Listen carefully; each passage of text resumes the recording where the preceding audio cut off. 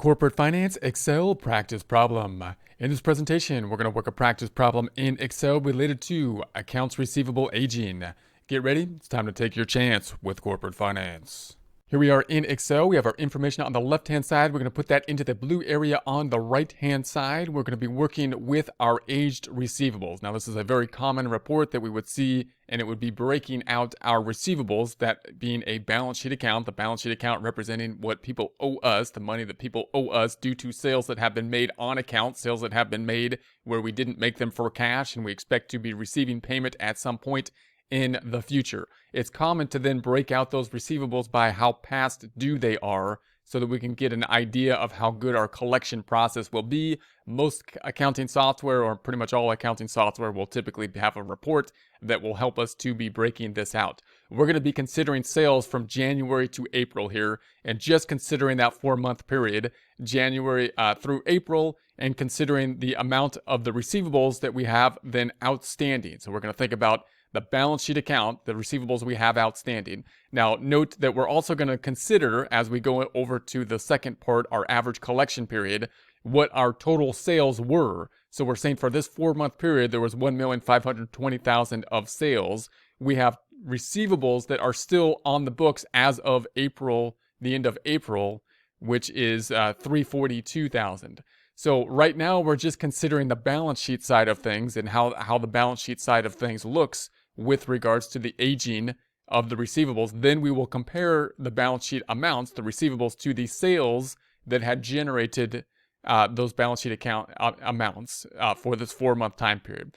So let's first just sum this up. If I sum up this column, I'm going to say this equals the sum of the outer column, the 130,000 down to the 51,000, we're going to get the 342,000. That's the amount that would be on the balance sheet as a receivable over the, after this 4-month time period has passed. We had sales of this 1,520,000. We collected on many of those. If we sold all of these on account, we collected on them, and we still have the 342 on the balance sheet as an asset that we have not collected on. The ones that we have collected on, we've got the cash now on the balance sheet. Now, if we're just considering this receivable, then we can look at these 4 months and try to think about, how old some of these receivables are. Now, typically, many companies are going to have different time periods as to when they're going to collect on the receivables, but typically like 30 days would be kind of average in terms of when you would want to be paid by, 30 to 60 days, right? So how past due are these? Well, if we're talking about the end of April, if we had sales, these sales that were made in April, if they have not yet been collected on, they're 0 to 30 days past due, right? These are still typically would be then current type of sales in the current month. If we're talking about March, then they must be, if these were sales that were made in March and we have not yet collected on them, then they must be at least 31 days to 60 days past due. Now, if we want to be collecting in 30 days, these are a little bit past what we would want. If we're collecting in 60 days, then again, these might still be within, a relative range of what we would want in a collection period, but they're getting kind of old. And then if they were sales that were made in February, and they're still in the receivables, we haven't collected on them, they're going to be 61 to 90 days past due. This would almost certainly be past the collection period that we would be preferring. We're worried about these. The more past due that they are, the less likely we will be to be collecting on them.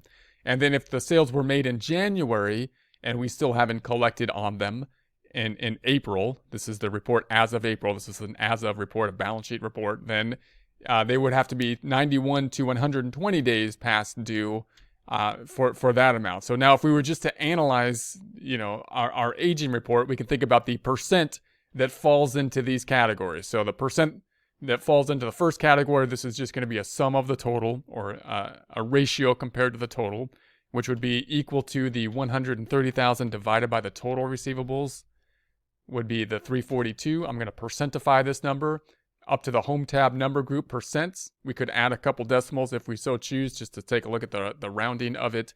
So about 38% for the first column, which would be not past due in this case. So we're okay with that one. If we did this another one, we're going to say second column equals the 64,000 divided by the total. Let's percentify this by going to the home tab numbers percent, adding a couple decimals. So about 18 or 19% that is at the 31 to 60. So these are starting to get old. They're starting to go past the period that we want to be seeing here, right? That we're getting a little bit worried about these. We're more worried about these items in February because they're 61 to 90 days past due. This is going to be the 97,000 divided by the 342,000. We're going to make this a percent home tab number group, percentifying it, add a couple decimals. So 28.36 are definitely past what we would like to be for the collection period. And then if I was to take the 51,000 divided by the total and percentify that by going to the home tab number, percentify, and adding a couple decimals, we're at the 14.91, which is clearly past. We're definitely worried about these and wondering whether or not we will be able to collect on them at all at this point. Now, if we were to sum this up, equals the sum, we should get 100%. If we add up these percentages, make that 1% by going to the home tab, numbers, percentifying it, shouldn't be any rounding issues here. So we can also do this a little bit more quickly. Note, we could have used the autofill function. So this is a common type of ratio analysis that you would do to take the total and then take the relative, the ratio of each component to the total. So how can we do that a little bit more quickly? I'm going to delete these.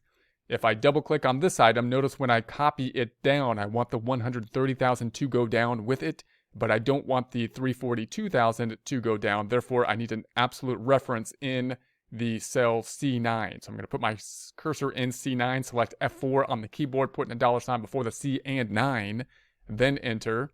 Now we can autofill these down. So I'm going to put my cursor on the fill handle and autofill that down, and we get to our same numbers there. If I double click on the bottom one, does do what we expect it to do, so that looks correct. Now note, if I look at this aging by itself, there's a fairly high percent that are past the point where we're worried about the collection on them. So if I take a look at these two items, these two are clearly past that point, and that's around 43.27%, which is pretty high percentage of the accounts receivable that are past the period that we would like to be collecting on. So if I was to look at the receivables in and of itself, that would be a bit concerning.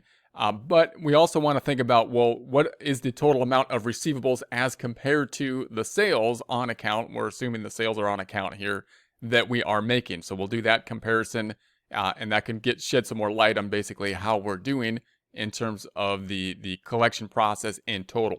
Also note that this accounts receivable aging report is clearly going to be useful when we're following up on the receivables. We would be looking for these clients here and trying to be following up and picking up on those receivables, collecting on them. We also often use the accounts receivable aging to figure the amount of the receivables we think may not be collectible and value that and estimate how much of this accounts receivable might be uncollectible, and possibly report that on the balance sheet as well to show the uncollectible portion, or what we estimate to be uncollectible on the balance sheet. So we won't get into more of that now. That's more like accounting stuff than possibly the finance stuff here. But now let's think about the average collection period calculation to give us some more light in terms of how we're doing with regards to the receivables. That's going to be the accounts receivable divided by the average daily credit sales. So let's pick up the total accounts receivable, which we said was this 342,000.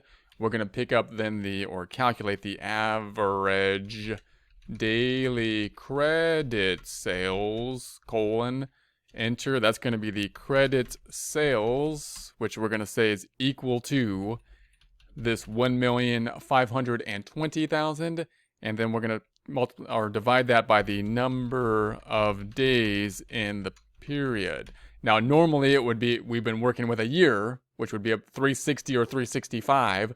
In this case, we're working with 4 months.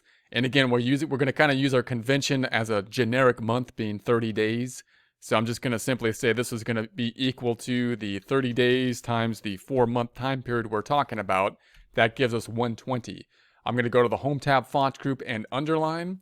And then we're going to have the average daily credit sales. And I'm going to put this in the outer column. This will be equal to the 1,520,000 divided by the 120 days. That's going to give us the 12,667. Then we can calculate the average collection period. Let's indent these items, selecting these three. Home tab or alignment, increase the indenting. I'm going to indent this one more time. Home tab, alignment, increase the indenting. Let's put the underline under this number. Home tab, font group, underline. Then we will pick up this will equal to the 342,000 and divided by the 12,667. Let's add a few decimals just to see the rounding. Home tab, numbers, add a few decimal to it. No rounding there, so it looks good. 27 days that we have here. So now when we take this into consideration, when we consider the amount of the total sales over this 4-month time period, then it looks a lot better. We're collecting on average 27 days, which possibly is within what might be a standard policy, oftentimes being like 30 days in terms of the collection period. So this looks a lot better when we think about the total sales that we have made. If we were to consider the aging report in and of itself of the receivables that we have not collected on, there's a high portion of those receivables that are outstanding or that have been outstanding past 60 days, which is troubling. However, when we think about our total collections with regards to the sales number, we're within the average of the 30 days. We're under the 30 days. We're at the 27 days.